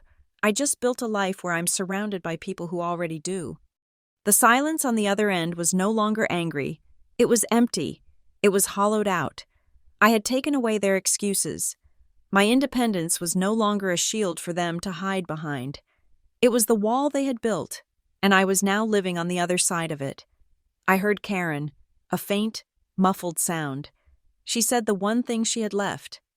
It was just easier, Addison. But the words had no power. They were an epitaph. I know, I said. Goodbye, Mom. I pressed end. I put the phone down on the stone counter. Face down. It was done. I felt the last, heavy, saltwater-logged line that had connected me to that old house in Oregon finally snap. I hadn't just hung up the phone. I had set down a stone I had been carrying on my shoulders for 20 years. I turned. Nana Eileen was watching me. She just gave a single, slow, approving nod. I picked up my coffee. It was still warm. Noah walked out onto the terrace, his hands covered in grease. He must have heard the end of it. He stopped, just watching me, gauging the atmosphere. He didn't rush over. He didn't ask what happened. He just waited. Are you okay? He asked, his voice low. I looked at him, my husband. I looked at the long table, the scene of our feast. I looked at my grandmother, who was now calmly eating a piece of leftover bread. I looked at the dark, silent tower, our next big project. I smiled. It was a real smile, not a practical one. This time, I said, I actually am. Noah smiled back. He came over and kissed me, leaving a small, perfect smudge of axle grease on my cheek. Good, he said. Now come help me. I think I found the original junction box for the tower. The wiring is a complete disaster. I looked up at the sky. A pair of seagulls were gliding on the wind, high above the cliff, effortless and free, below. The tower was still dark, but for the first time, I knew, without any doubt, that we would find a way to make it light up. A week passed. The house settled around us, its sounds becoming familiar. The groan of the steel beams in the wind, the specific rattle of the loose pane in the kitchen window, the exact rhythm of the waves on the shore below. The guests were gone. Nana Eileen had stayed for 3 days, holding court at the head of the table, and then allowed me to hire a driver to take her back to Oregon, her wooden cane planted firmly on my new floors. Life became a new, domestic kind of work. Noah and I, with Mr. Avery's guidance, were deep in the guts of the lighthouse.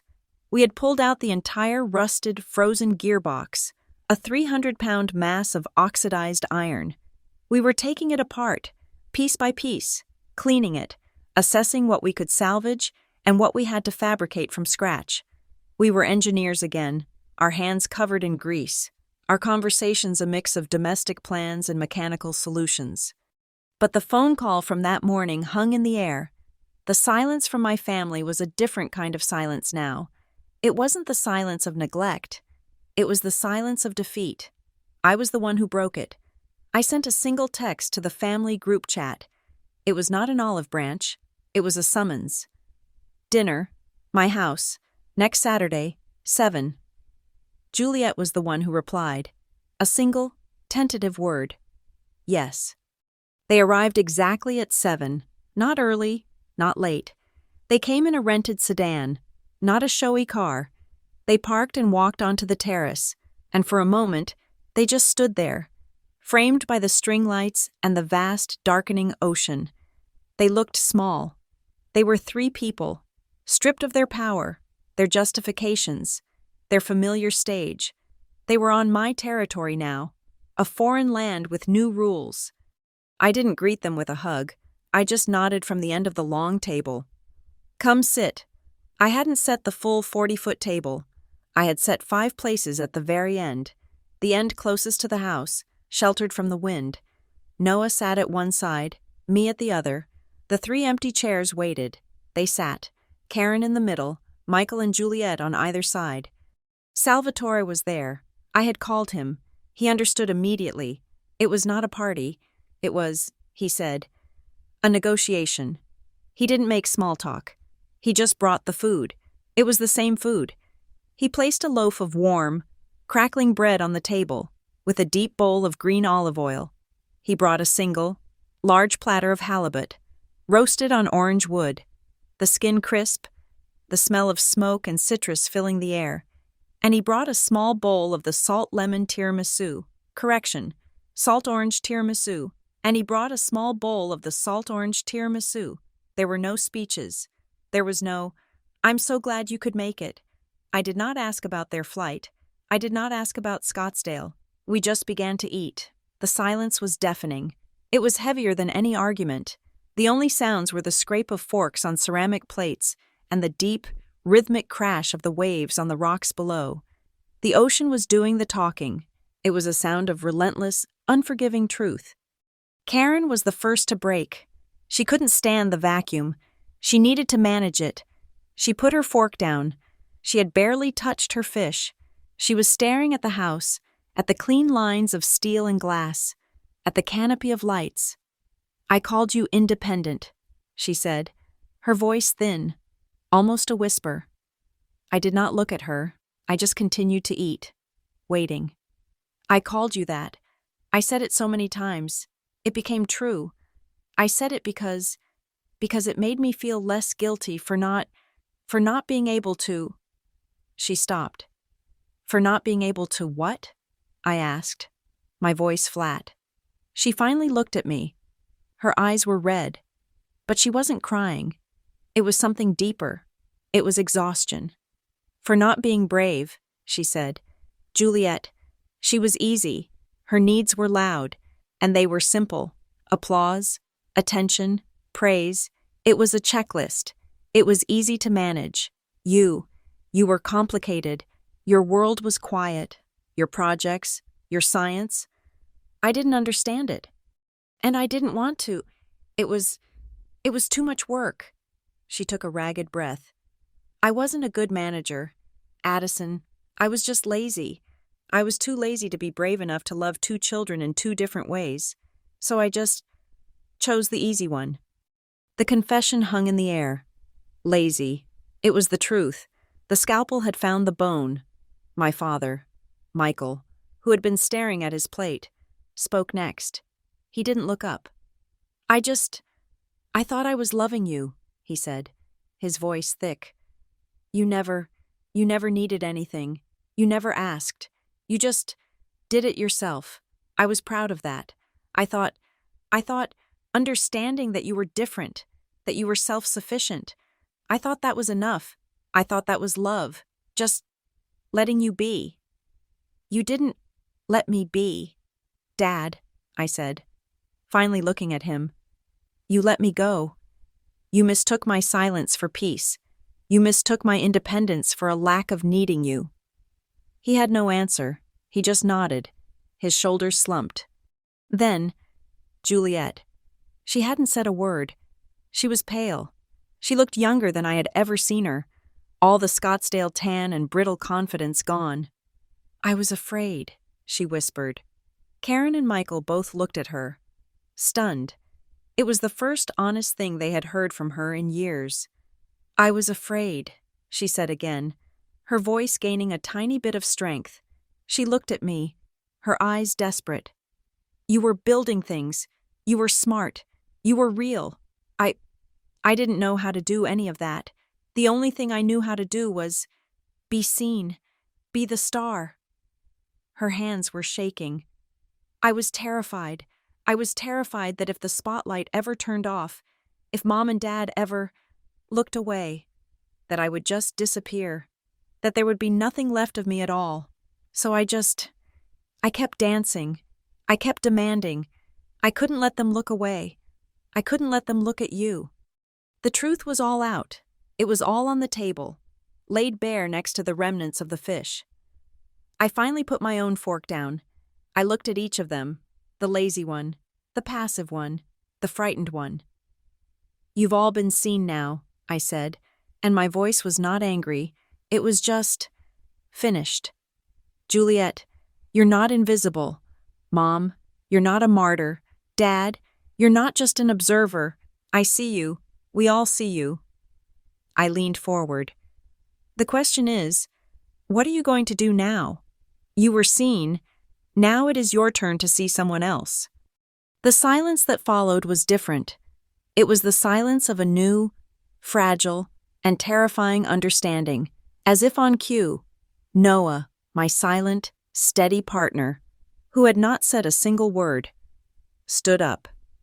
He walked over to the edge of the terrace, to the main power junction. He knelt, one by one. He plugged in the string lights, not the canopy above us, which was already on, but the ones that lined the long wooden pathway, the bridge that led from the house down to the dark, Sandy Cove, a long glowing ribbon of light, a pathway to the sea, suddenly illuminated the darkness. He came back and sat down. He didn't say a word.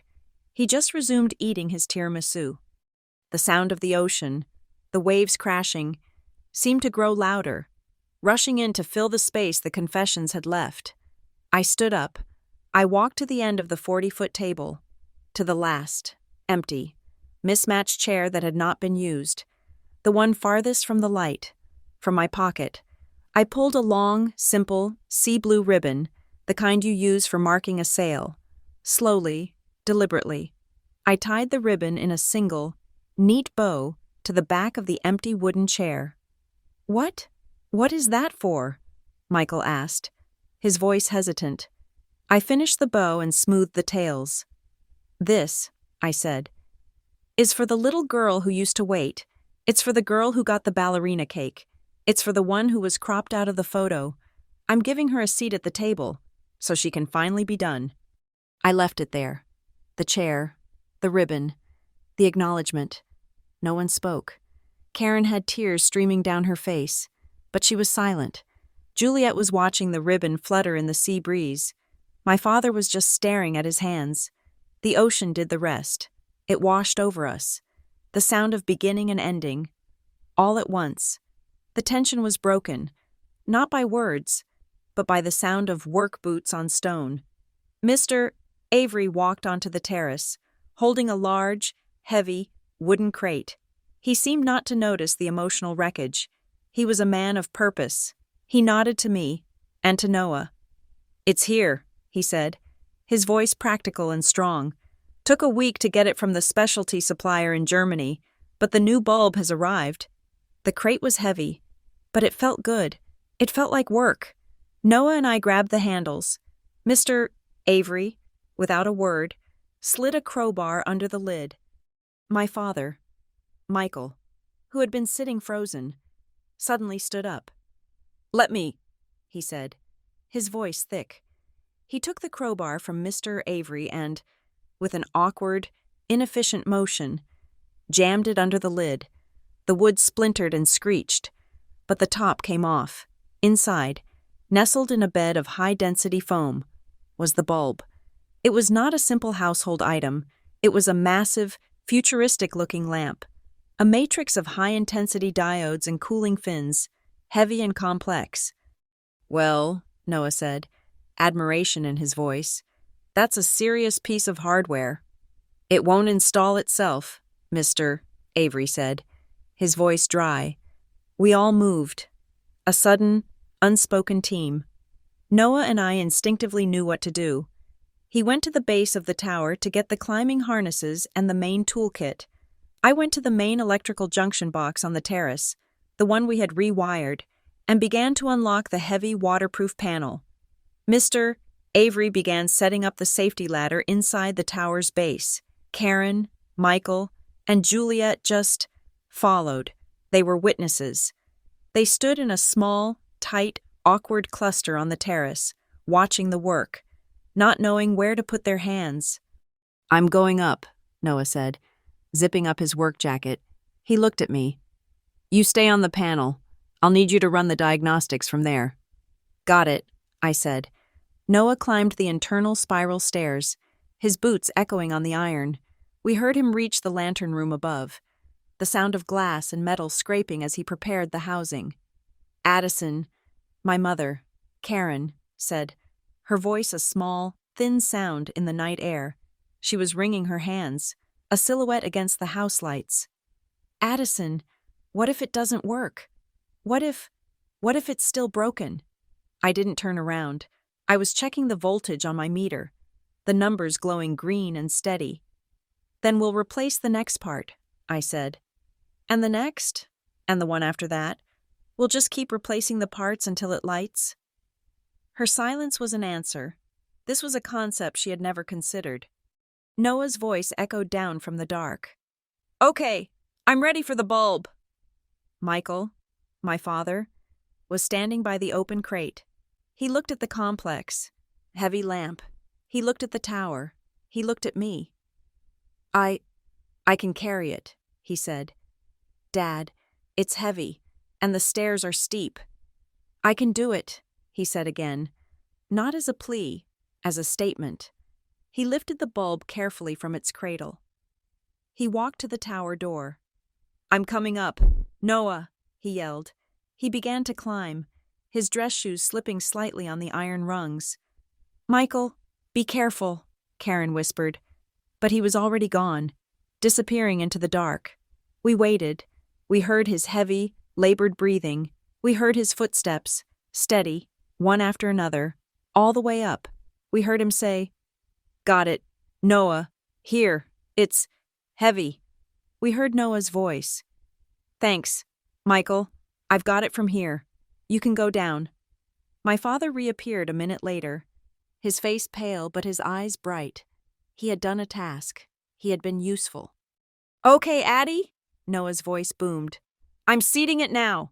It's in. Ready for a test. Give me power." This was it.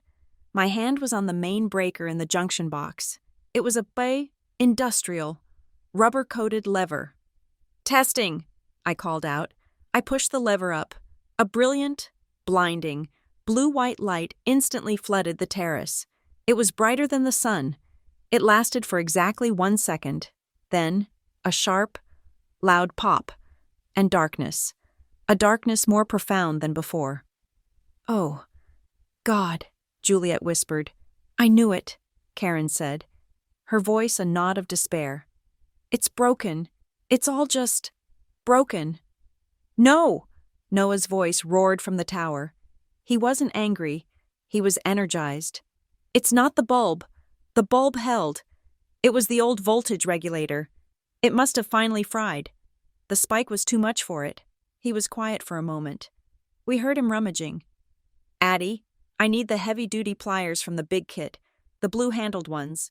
I can bypass the regulator, but I have to do it by hand. I saw the kit, at the base of the tower.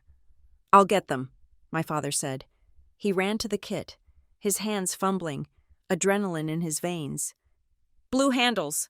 Got them. He ran to the tower door. Noah, I'm throwing them up. Don't throw them, I yelled. Dad, just give them to me. I can do it, he said, and he started climbing again. He was faster this time. He went up into the darkness.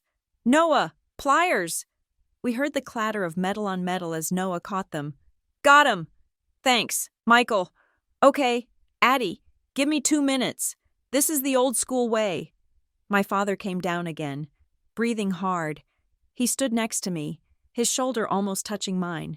We were both staring at the junction box. Okay, Noah shouted. I've bypassed the regulator. It's a direct feed. It'll either hold or it'll blow the main breaker. Try it again, slowly. I looked at my father. He nodded at me. I put my hand on the lever. I looked at Karen and Juliet, their faces pale, watching me. Stand back, I said. I took a breath. I clicked the breaker, a hum, a low electric thrum that we felt in our feet, and then light, not a flash, not a pop, a steady, powerful, magnificent beam of pure white light. It was so bright it turned the stone terrace into a daylight stage. The ocean, which had been black, was suddenly illuminated, the crests of the waves visible, rolling in the distance. Then, the gearbox we had repaired, the one Noah and I had spent a week rebuilding, engaged, with a low, deep, satisfying groan of ancient, well-oiled machinery. The light began to turn. It was a lighthouse. It was real. The great beam swept across the terrace, bathing us in its unblinking, truth-telling eye. It swept out to the ocean, and from the darkness, from the water, a low, long, honk, a fishing boat, one I hadn't even seen, was saluting us. Then another. A cheer went up from a neighbor's balcony farther down the cliff. People were coming out, pointing. The light that had been dark for 20 years was alive. The beam swept back toward the house. It passed over us. It hit my father's face, and he was staring up at it, his mouth open, a look of pure, unadulterated awe. It hit Juliet, and she was crying. But her hands weren't over her face. She was just letting the light hit her. It hit my mother, and she was still. She wasn't managing. She wasn't wringing her hands. She was just standing in the center of the beam, bathed in it, as if it were the first time she had ever truly been seen. The knot in my chest, the one I had carried since the ballerina cake, the one I had mistaken for my own spine. Finally, let go. We stood there for a long time, just watching it turn. I finally walked over to my family, who were clustered together in the strange, rhythmic daylight. I have to tell you something, I said, and my voice was calm. About this house. It's not ours. Karen looked at me, confused. What? But the $7 million? We bought it, I said. But Noah and I transferred the deed last week. It's not a private home. It's a foundation. I pointed to the base of the tower. There, bolted to the stone, was a new, small bronze plaque, gleaming in the light. The Scene and Shore Foundation, Michael read, squinting. For the advancement of coastal engineering and the preservation of craft. It's a residency, I explained. For engineers, for students, a place for people to come and do the work. It's a community asset. I walked over and put my hand on the plaque. The Foundation Charter has 2 rules. Rule 1. A governing vote on all activities is granted to every person who showed up on October 3rd, the day we were married, because they came when it wasn't easy. I saw my mother flinch. The consequence, she had no vote. Nana Eileen and Aunt Marla did. And Rule 2, I said, my voice softer. At every community dinner, at the long table, one seat will always be left empty, with a blue ribbon, for the next person who needs to be seen. Juliet was staring at me. So, we can't? This isn't your house to visit, I said, but it is a place of work, and family is work, too. I reached into my pocket. I pulled out a single, new, brass key, a spare. I held it out, not to my father, not to Juliet. I held it out to Karen. She looked at it like it was on fire. What? What is that? It's a key to the house, I said. You can come here. You all can. But there's a condition. She waited. She was braced for the punishment. This light, I said, pointing up at the sweeping beam, is automated, but once a week, on Sundays, it needs a manual systems check, a real physical inspection. That's your job now, if you want it. My job? She whispered. You can use this key. You can come here. You can climb the tower. And while you're here, you have to tell a story. A story? A story, I said. About someone in this family. A story about Nana, about Dad, about Aunt Marla, about me. Any story you want, I leaned in. But it cannot, not once, be a story about Juliet. A small, choked sound came from Juliet. It was a laugh, a real, actual laugh. Mom, she said, wiping her eyes. You can do that, right? Karen looked at the key. She looked at Juliet, who was laughing. She looked at me. A story, she whispered. That's not about Juliet. It sounded like the most difficult, complex, terrifying task in the world. Slowly, her hand, the hand that had managed and controlled and smothered, rose. And it was shaking. She took the key. The light swept over us again. The knot was undone. Love, it turned out, was not about managing. It was not about what was easy. It was about showing up. It was about climbing the dark stairs, twice, to pass up the right tool. It was about doing the hard manual work, together, to keep the light on. Thank you all so much for listening to my story. I'd love to know where you're listening from in the world. So please drop a comment below and let's connect and share our thoughts. If this story resonated with you, please subscribe to Lila Revenge Stories. Give this video a like and support us by hitting that hype button. It helps so much to get this story heard by more people.